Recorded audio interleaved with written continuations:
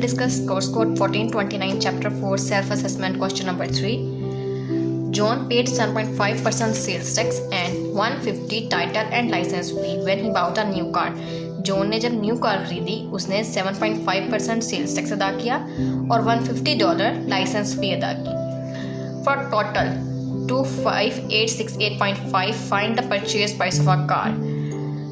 Total हमारे पास ये वाली वैल्यू है और कार कितने की आई ये मालूम नहीं. कार की परचेज प्राइस जो रियल प्राइस है हमने वो फाइंड करनी है.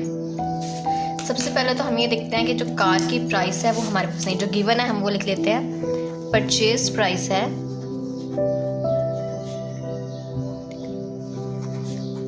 Purchase price equal to x. मालूम नहीं है इसको लिए हमने इसको x लिख लिया. इसके अलावा जो सेल्स टैक्स है हमारे पास कार का वो है 7.5%. x मतलब कार की प्राइस. इसकी परसेंटेज खत्म करेंगे. जब हम 7.5 की परसेंटेज खत्म करेंगे तो हमारे पास आएगा 7.5% इक्वल टू 0.075.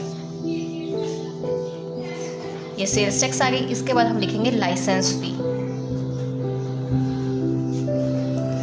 लाइसेंस फी है 150 और लास्ट में जो टोटल अदा किया जॉन ने वो है 25868.5. यहाँ पर देखें कि इन तीनों वैल्यूज़ को जमा करने के बाद हमारे पास ये वाली टोटल वैल्यू आती है. सो हम लिखेंगे x plus 0.075x plus 150 equal to जो हमारे पास टोटल है वो.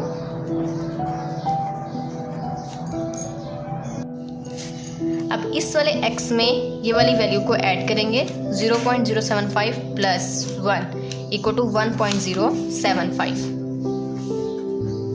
x plus 150 equal to total value. Now जो 150 है हमारे पास ये इस साइड पे प्लस हो रहा है, इस साइड पे इसको ले जाएंगे तो ये हो जाएगा माइनस.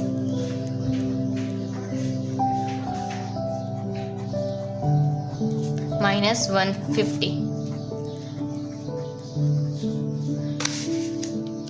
सो 25868.5 में से माइनस करेंगे 150.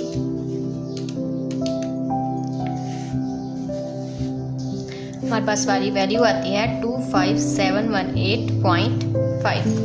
अब 1.075 यहाँ मल्टीप्लाई हो रहा है x के साथ, इसको इस साइड पे ले जाके डिवाइड कर देंगे.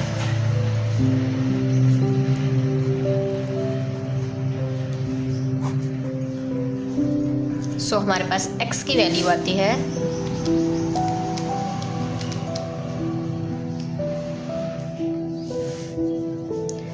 23924.1. तो x था हमारे पास परचेज्ड कार. जो कार के लिए कीमत दी गई वो थी $23924.1. ये था हमारे पास क्वेश्चन नंबर 3. नेक्स्ट है question number 4. Find the slope of a straight line passing through the indicated points. In points के अंदर से जो स्लोप गुजर रही है हमने वो स्लोप फाइंड करनी है. स्लोप होती क्या है, उसको उसके फार्मूले कौन कौन से हैं, कितनी टाइप्स है, ये सब हम पिछले लेक्चर्स में डिस्कस कर चुके हैं.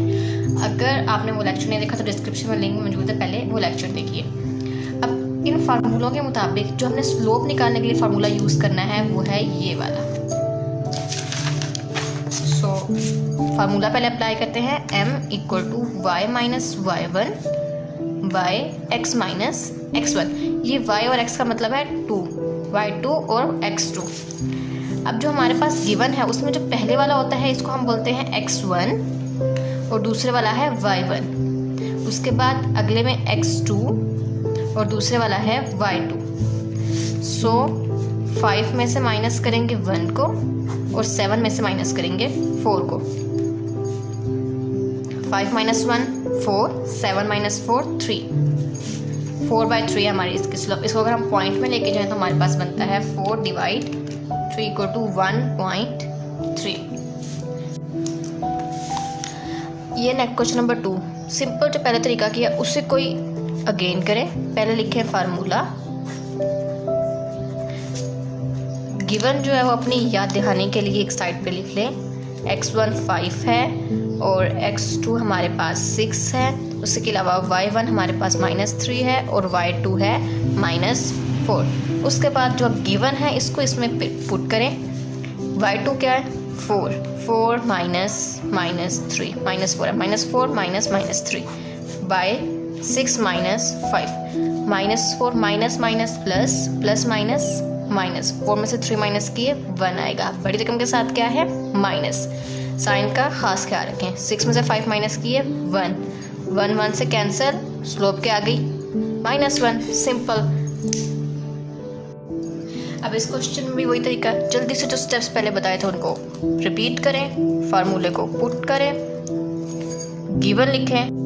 अब लिखें इसमें गिवन जो कि x1 है 1, x2 है हमारे पास 0, y1 है 0 और y2 है 5। अब y2 क्या है 5 - 0 और x2 0 - 1।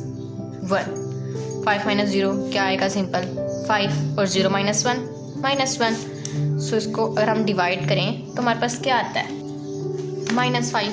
सो स्लोप हमारे पास होगी फाइंड। जल्दी से जो स्टेप्स याद हो गए हैं उनको करें रिपीट। x2 - x1 गिवन जो है वो लिखें पहले। x1 क्या है 2 और उसके अलावा x2 है हमारे पास 3, y1 है -4 और y2 है -4। वाओ। उसके बाद इस तरीके से आपने इनको याद में तो रखना है ना, तो इस तरीके से माइनस करना है -4 -4